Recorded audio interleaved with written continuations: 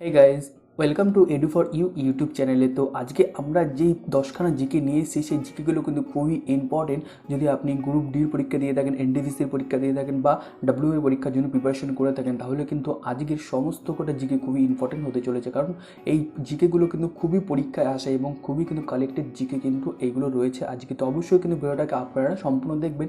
সম্পূর্ণ দেখলে বুঝতে পারবেন যে আজকের জিকেগুলো কতটা ইম্পর্টেন্ট রয়েছে। তার সাথে সাথে কিন্তু আপনারা নিচে কমেন্ট বক্সে কমেন্ট করে দেবেন যে আপনাদের 10-এর মধ্যে কত হচ্ছে, এবং ভিডিওটা লাইক করে দেবেন, শেয়ার করে দেবেন। আর রোজ রোজ যদি আপনারা বেঙ্গলি জিকে পেতে চান তাহলে অবশ্যই আমাদের এই চ্যানেলটিকে সাবস্ক্রাইব করে নেবেন। তো চলুন দেখে নেওয়া যাক। সব ফার্স্ট আমরা যেটা দেখবো সেটা হচ্ছে দ্বিতীয় হুগলি সেতুটি কী নামে পরিচিত।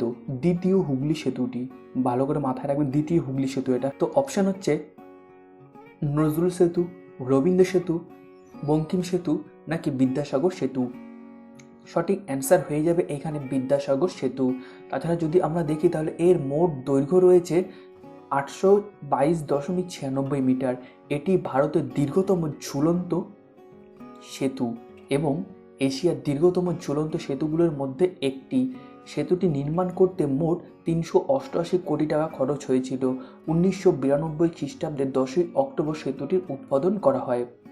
তো এখানে দু রকম কোশ্চেন আসতে পারে। একটা প্রথমে দেখতেই পারলেন যে হুগলি সেতু, দ্বিতীয় হুগলি সেতুর কী নাম ছিল। তাছাড়া এখানে আরেকটা কোশ্চেন আসতে পারে ঘুরিয়ে যে বিদ্যাসাগর সেতুর অপর নাম কী ছিল। তাছাড়া ঝুলন্ত সেতু কোন সেতুকে বলা হয়। তো এইভাবে কিন্তু ঘুরিয়ে আপনাদের কোশ্চেন আসতে পারে। তাছাড়া এরকমও কোশ্চেন আসতে পারে যে বিদ্যাসাগর সেতুটি তৈরি করতে কত টাকা খরচ হয়েছিল এবং কত সালে তৈরি হয়েছিল, কত মিটার দৈর্ঘ্য রয়েছে। এই ধরনের কিন্তু ঘুরিয়ে ফিরিয়ে আপনাদের কোশ্চেন আসতে পারে। তো অবশ্যই কিন্তু আপনারা সেটাকে একটু যাচাই করে নেবেন। তাছাড়া যদি আমরা 2 নম্বর কোশ্চেন দেখি তাহলে যেটা দেখবো সেটা হচ্ছে স্বামী বিবেকানন্দ নিচের কোন বইটি লিখেছেন। স্বামী বিবেকানন্দ নিচের কোন বইটি লিখেছেন? জ্ঞানযোগ, কর্মযোগ, ভক্তিযোগ নাকি ভারতের সাধক। তো সঠিক অ্যান্সার এইখানে হয়ে যাবে কর্মযোগ। তাছাড়া যদি আজকে আমরা দেখি তাহলে কর্মযোগ হলো স্বামী বিবেকানন্দের লেখা একটি বই। এটি ইংরেজি ভাষায় 1896 সালে নিউ ইয়র্ক থেকে প্রকাশিত হয়েছিল।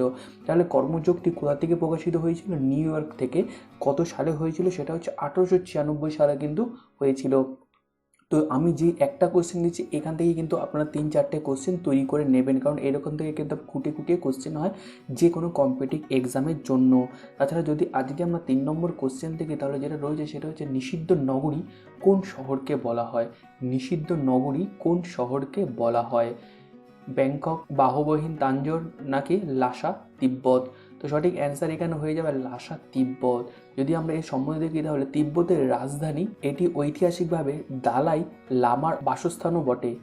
এই শহরকে তিব্বতী বজ্রযান বৌদ্ধ ধর্মের আঁতুড়ঘরও বলা হয়। লাসা শব্দটির আক্ষরিক অর্থ দেবতাদের আবাস। প্রাচীন তিব্বতী দলিলপত্র অনুযায়ী এই স্থানের আদি নাম ছিল রাসা, যার অর্থ দরবার বা ছাগলের আবাস। তো যদি আমরা 4 নম্বর কোশ্চেন দেখি তাহলে কোন বর্ণের তরঙ্গ দৈর্ঘ্য সবচেয়ে বেশি? কোন বর্ণের তরঙ্গ দৈর্ঘ্য সবচেয়ে বেশি?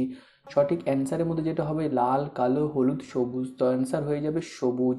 যদি আমরা 5 নম্বর কোশ্চেন দেখি তাহলে গরুর দুধে কোন ভিটামিন আছে? গরুর দুধে কোন ভিটামিন আছে? ভিটামিন কে, এ, ই, ডি। সঠিক অ্যান্সার হয়ে যাবে এ। তাছাড়া যদি আজকে আমরা 6 নম্বর কোশ্চেন দেখি তাহলে ভারতের কোথায় প্রথম মিউনিসিপ্যালিটি গঠিত হয়?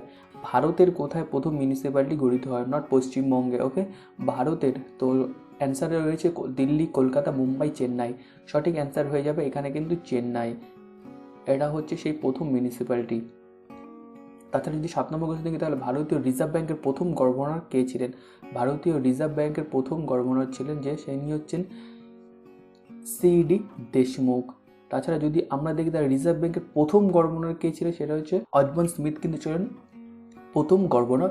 আর ভারতের যিনি ছিলেন তিনি হচ্ছে সিডি দেশমুখ। তো এটা কিন্তু আপনারা ভুল করবেন না। তাছাড়া যদি আমরা 8 নম্বর কোশ্চেন দেখি তাহলে সংহিতা, ব্রাহ্মণ, আরণ্যক ও উপনিষদ কার অংশ? অপশানে রয়েছে ভগবদ্গীতা, পুরাণ, বেদ নাকি মহাভারত। সঠিক অ্যান্সার এখানে হয়ে যাবে হচ্ছে বেদ। তাছাড়া যদি আজকে আমরা 9 নম্বর দেখি তাহলে গুপ্তাব্দ কে প্রচলন করেন? গুপ্তাব্দ কে প্রচলন করেন?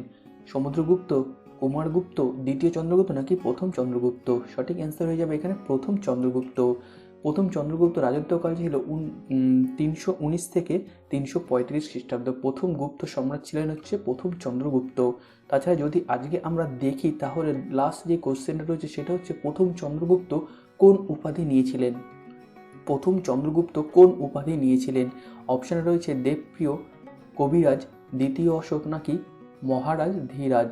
সঠিক অ্যান্সার হয়ে যাবে এখানে মহারাজ ধীরাজ কিন্তু উপাধি নিয়েছিল। এই হচ্ছে আজকের 10টা কোশ্চেন। এই 10টা কোশ্চেনের মধ্যে আপনারা কোনটা কোনটা জানতেন না সেটা কিন্তু কমেন্ট বক্সে কমেন্ট করে জানিয়ে দেবেন, এবং আপনাদের আরও কতগুলো করে কোশ্চেন দিতে ভালো হয় সেটাও কিন্তু কমেন্ট বক্সে কমেন্ট করে দেবেন। তাছাড়া আপনাদের যদি অন্য কোনো মন্তব্য থাকে সেটাও নিশ্চয়ই একবার জানিয়ে দেবেন, তাহলে আমাদের বুঝতে সুবিধা হবে। আশা করছি ভিডিওটা আজকে আপনাদের জন্য খুব হেল্পফুল হবে। ওকে, খুব ভালো থাকবেন। Best of luck for your next exam.